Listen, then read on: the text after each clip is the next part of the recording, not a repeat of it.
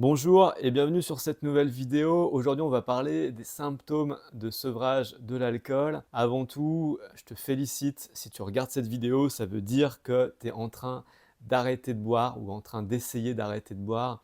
Et pour ça, je te félicite vraiment de la démarche que tu entreprends pour toi-même, pour ta santé, pour ton bien-être en général.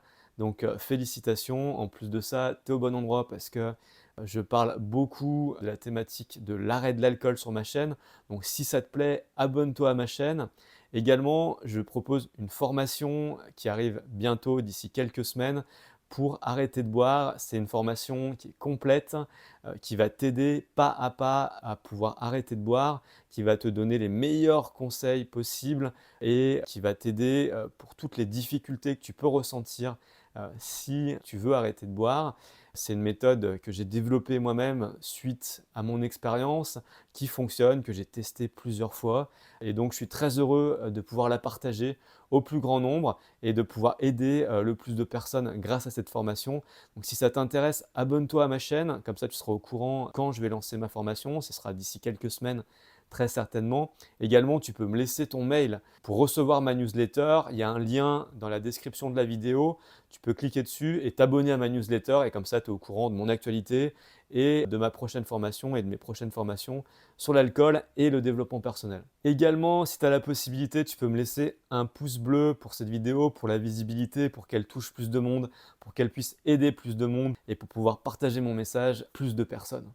Ce qu'il faut savoir, c'est qu'il y a à peu près 10% de la population qui ont une consommation problématique avec l'alcool et qui vont donc être dépendants à l'alcool. À peu près 10% des consommateurs d'alcool ont un problème de dépendance vis-à-vis de l'alcool.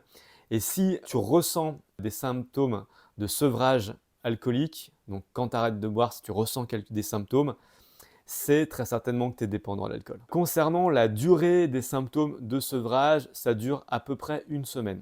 Donc compte une bonne dizaine de jours même de symptômes de sevrage si tu en ressens.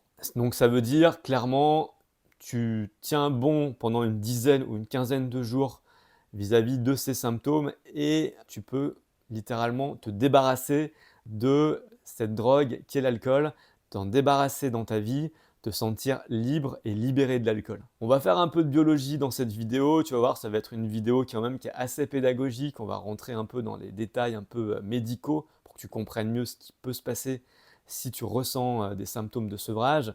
Également, à la fin de la vidéo, je vais te donner des conseils que tu peux appliquer toi-même qui peuvent t'aider à limiter tes symptômes concernant ton arrêt d'alcool. Ce qu'il faut savoir, c'est que si tu as une consommation régulière d'alcool, ton corps, ton organisme va s'adapter à l'agression que tu lui fais et il va développer une stratégie pour lutter contre son ennemi qui est l'alcool. Et donc au niveau notamment des cellules de ton corps, les cellules vont avoir tendance à se rigidifier pour éviter d'être trop perméables à l'alcool notamment.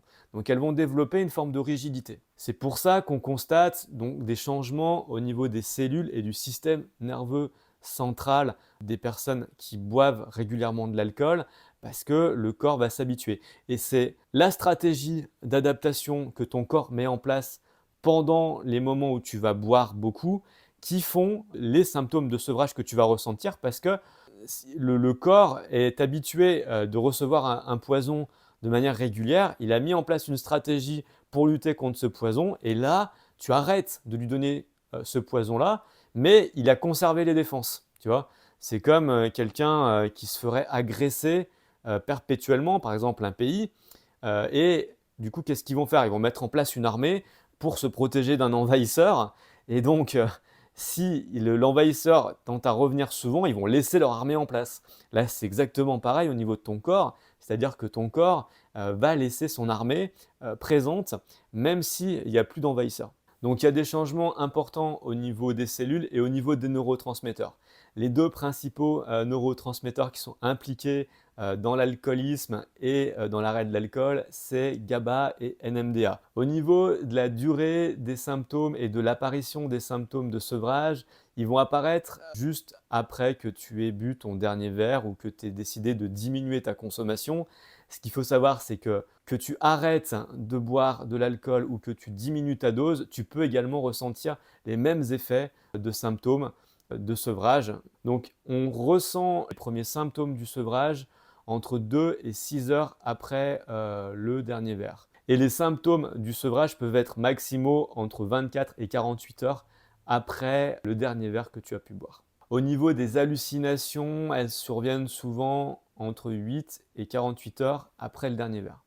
Et ça concerne environ 30% des personnes qui ont des symptômes de sevrage vont ressentir des hallucinations. Donc on peut distinguer 4 stades qui concernent les symptômes de sevrage alcoolique. Le premier est bénin, est relativement bénin, et les 3 autres sont beaucoup plus durs et sont beaucoup plus sévères. Ça ne veut pas dire que si tu as uniquement le premier stade, tu n'auras pas besoin d'une aide médicale. Je te conseille très fortement d'être accompagné par un médecin ou une équipe médicale pour arrêter de boire si tu ressens notamment des symptômes de sevrage, parce que ça peut être très dangereux pour ta santé. Tu peux même en mourir, quoi. Donc sur les stades sévères, les plus sévères qu'on va voir, ça va jusqu'à la mort, hein, voilà. Donc le premier stade, qui est le stade le plus bénin, il va se manifester par une hyperactivité neurovégétative. Donc ton corps va un peu bouillonner et tu vas ressentir plein de choses que tu n'as pas l'habitude de ressentir. Au niveau subjectif, tu vas peut-être ressentir de l'anxiété, tu vas peut-être avoir des insomnies, tu vas peut-être avoir des inquiétudes, tu vas peut-être faire des cauchemars, tu vas peut-être être également plus agité et tu vas peut-être être également plus énervé. Ça, c'est le premier stade du symptôme de sevrage que tu pourrais ressentir. C'est des symptômes qui sont bénins mais qui peuvent être assez embêtants. Tu vas également avoir des troubles neurovégétatifs. Par exemple, tu vas avoir des sueurs, tu vas avoir des tremblements. Tu vas également avoir une tachycardie ou une hypertension artérielle. Ça, c'est également des symptômes du sevrage alcoolique au stade 1 que tu peux ressentir. Et tu peux également avoir des troubles digestifs comme par exemple de l'anorexie, des vomissements, des nausées. Le deuxième stade de symptômes de sevrage que tu pourrais ressentir, ça concerne les hallucinations. Donc c'est des hallucinations qui sont généralisées, mais qui sont relativement courtes et qui vont pas forcément se répéter. Ça va souvent être des hallucinations auditives, ça peut également être des hallucinations visuelles, même si c'est plus rare. Voilà. Il n'y a pas d'évolution particulière sur ces hallucinations. Ça peut évoluer très rarement vers des cas d'épilepsie, mais ça reste relativement rare. Le stade 3 de symptômes de sevrage que tu pourrais ressentir si tu as une dépendance forte à l'alcool, c'est les crises convulsives. Elles apparaissent entre 7 et 48 heures après le dernier verre. Enfin, le dernier stade de symptômes que tu peux ressentir, c'est le delirium tremens. La forme la plus sévère de symptômes que tu peux ressentir peut durer entre 5 et 15 jours avec des risques importants sur ta santé. Comment ça se manifeste? Ça se manifeste par une hyperactivité du système autonome et une totale adhésion à un délire que tu vas te créer. Contrairement au stade 2 qu'on a pu voir sur les hallucinations auditives, là, tu adhères complètement à ton délire, tu fais plus qu'un avec ton délire, tu perds complètement le sens de la réalité. Donc souvent, le delirium tremens apparaît 48 à 72 heures après le dernier verre ou après ta diminution d'alcool. Et donc, un des problèmes principaux que tu peux avoir avec le delirium tremens, c'est que tu vas mettre encore plus en hyperactivité ton corps et que du coup, tu vas développer encore plus d'agitation, encore plus de tremblements, encore plus de tachycardie, etc., etc., parce que tu vas littéralement être dans un délire.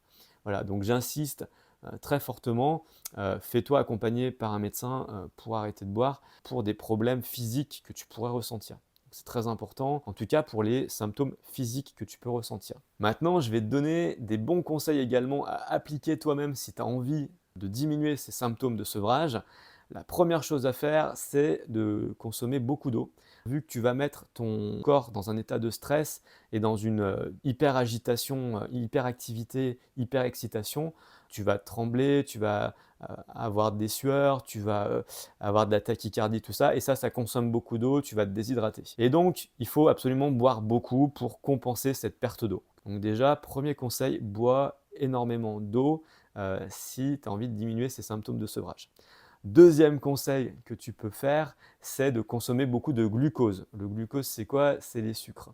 Donc dans l'alimentation, les sucres, il y a les sucres rapides, les sucres lents. Je te conseille plutôt de consommer des sucres lents que tu vas trouver dans les céréales complètes, les pâtes, le riz.